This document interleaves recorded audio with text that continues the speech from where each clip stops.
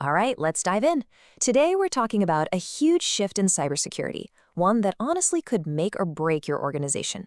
It's all about moving from just checking boxes to building something that actually works for 2025 and, well, beyond. So let's start with a really direct question. Be honest with yourself. When was the last time your company really put its defenses to the test? I'm not talking about taking a box for an auditor. I mean truly tested them. Because the answer, well, it points to this massive, dangerous gap that a lot of old school security plans have. And that gap, that's what we're calling the security checkbox trap.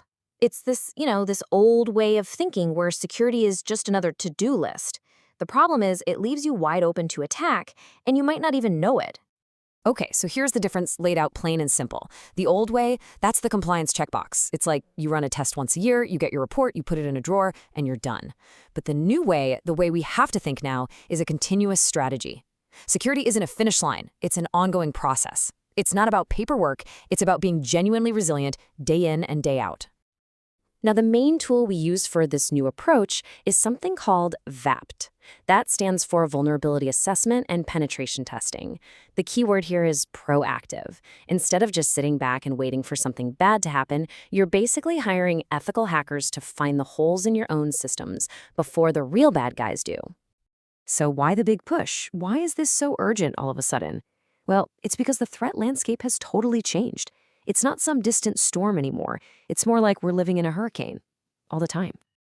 Just think about everything your company has online right now. You've got your website, your mobile apps, all those APIs connecting things, your cloud servers, maybe even IoT devices. Every single one of those is a potential door for an attacker. Your attack surface, as we call it, isn't just a fixed wall anymore. It's a sprawling estate with new windows and doors being added every single day. And that creates blind spots, lots of them. And get this number from IBM is just wild. A full 40% of data breaches come from vulnerabilities that were introduced during a software update. Just let that sink in. The very thing you're doing to make your systems better and more secure could be the thing that opens a brand new hole. That right there shows you why doing a security check just once a year is, frankly, useless. So facing this reality means we need a whole new way of thinking about security. A mindset that's just as fast and flexible as the threats we're up against. I love this quote because it just nails it. Real security is a process, not paperwork. You can have a mountain of compliance reports on your desk, but if security isn't something that's alive in your organization, something you do every day, then it's not really security, is it? It's just theater. Okay, so to make this process work, you've got to understand the two sides of VAPT. First, there's the vulnerability assessment. Think of it like walking the perimeter of a castle and just looking for problems. Hey, there's a crack in that wall. That gate looks unlocked. You're just making a list of potential weaknesses. Then comes the penetration test. That's where you actually try to exploit those weaknesses. Can I climb through that crack? Can I actually pick that lock and get inside?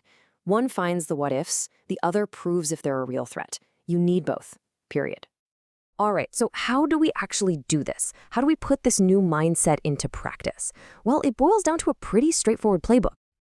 And don't worry, it's not some crazy long checklist. We've broken it down into 3 main pillars: strategy, execution, and culture. If you get these 3 things right, you're well on your way. First up, strategy. This means being smart about what you test.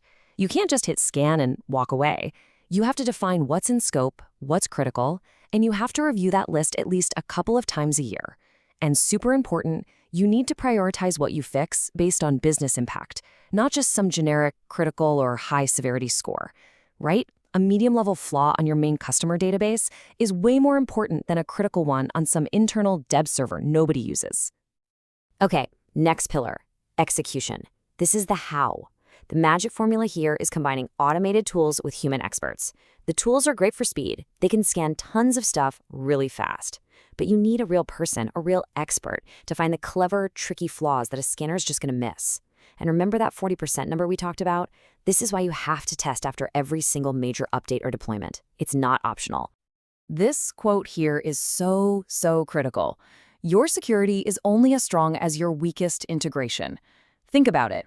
All those third-party tools, plugins, and services you use, they are now part of your security responsibility. An attacker doesn't care if it's your code or some vendor's code, they'll just find the easiest way in. Your supply chain has to be part of your testing. Full stop. And here's a step that you won't believe it, but so many people forget. It's not enough to just find a problem and then fix it. You have to close the loop. You test, you fix, and then, critically, you retest. You have to make sure the hole is actually plugged and that your fix didn't accidentally break something else. It sounds obvious, but it's an absolutely essential final step. All right, our last pillar is culture. And this might be the most important one, because at the end of the day, security is about people, not just tech. This means using your test results as learning tools for your developers so they can avoid making the same mistakes again. It also means you shouldn't try to do all this on your own. Find certified experts and treat them like partners, not just vendors you call once a year. It has to be a real collaboration. So when you bring all of this together, the strategy, the execution, the culture, the main idea becomes really clear. We have to stop thinking of security as a project. It doesn't have a start and an end date. It's a living, breathing process. And that's really the big payoff. Security today and into the future is all about anticipating problems, not just reacting to them after the fact. When you make this continuous process part of your DNA, you get three incredible things. You get agile, so you can move faster, you get resilient, so you can take a punch, and you build trust with your customers, with your partners, with everyone. Which brings us right back to where we started with this powerful idea. Security isn't an audit. It's not a report you file away. It's a living process that has to be part of the very fabric of how you operate. So, I'll leave you with this final question to take back to your team. Look at how you do things right now. Is your security just an audit, or is it a living process? Because in today's world, the answer to that question could be